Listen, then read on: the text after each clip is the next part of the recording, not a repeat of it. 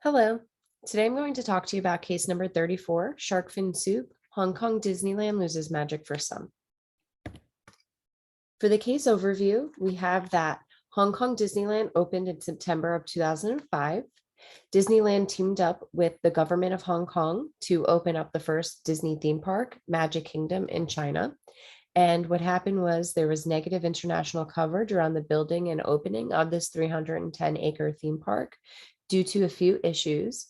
And these issues included the cost of the project, which our textbook states that the city of Hong Kong invested $2.9 billion to own 57% of the project.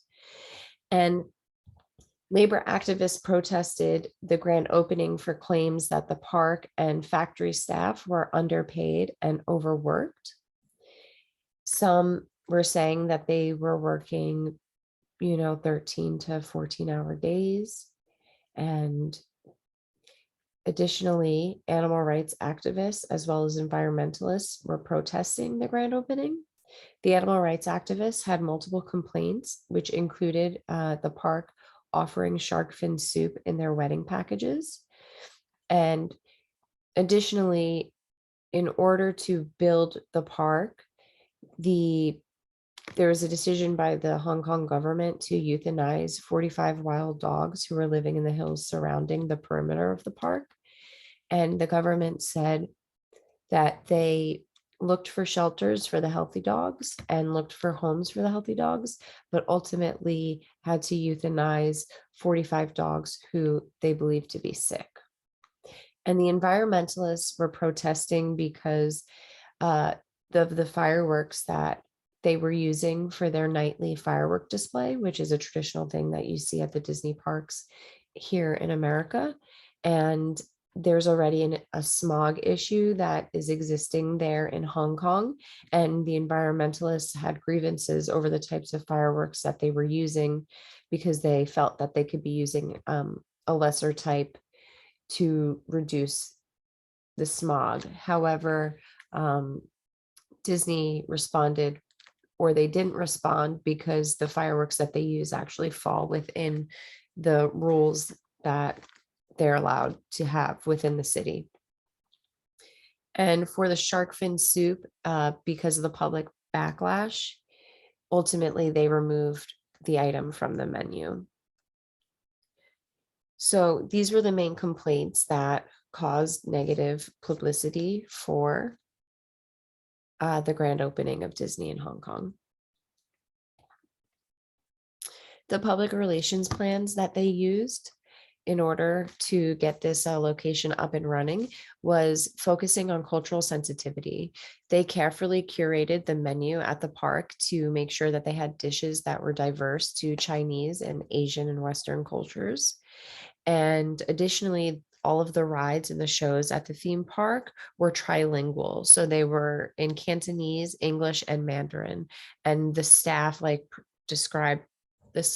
prescribed conversation that was supposed to have while you're waiting in line for the rides would happen in all three of these languages. So they made sure that they were inclusive of everyone that could be experiencing these theme parks, but they were also keeping in theme with the traditional like Western Disney, but they wanted to make sure that they were honoring the country that they were building, this park in. So they also actually brought in a feng shui master to help them like orient a few things in the park so that they were, not disrupting spiritual forces as well. So that was another way that they were trying to honor Chinese culture, because they are the first Disney theme park to be in China.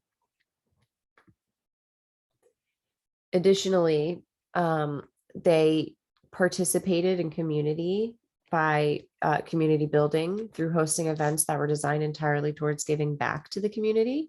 So they held a charity day that was on behalf of the city's largest charity, as well as other events that were aimed at encouraging students to channel and apply their creative energy in thinking about solutions for some of the world's biggest problems, like climate change. And My critical analysis on this is that Disneyland and Hong Kong's government put a lot of deliberate effort into ensuring cultural sensitivity throughout planning and opening this Disneyland location. I do not agree with the practice of shark finning, but I do understand their decision to offer it as a menu item, as it is a delicacy to Chinese and Asian culture. There was a lot of pushback because some say that this delicacy is only afforded to the upper class. Um, in addition, I really don't agree with the mass euthanasia of the pack of wild dogs. I do have a lot of questions about how they deemed the dogs, sick, and how they vetted them to ensure that they were not capable of being saved and or rehabilitated. And I, ultimately feel that they did the best they could in handling the court of public opinion. They adjusted the menu items to reflect, the complaints that were happening. They couldn't really take back what they did with the animals, but I think that honestly, with the money that they have, they could have created their own shelter or created their own like outreach program and maybe found, more suitable solutions for these animals.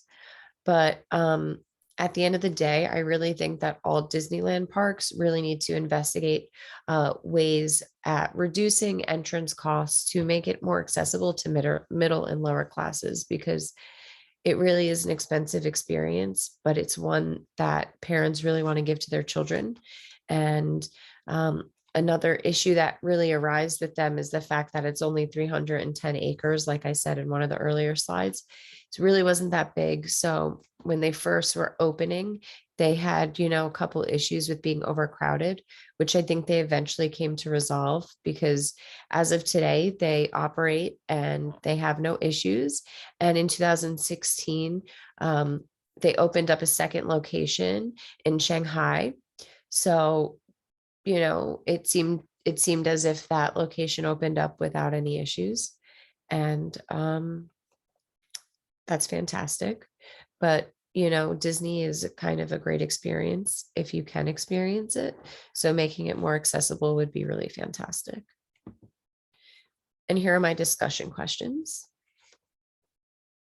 which I will also leave in the discussion board as well, and my references. Thanks for joining me today.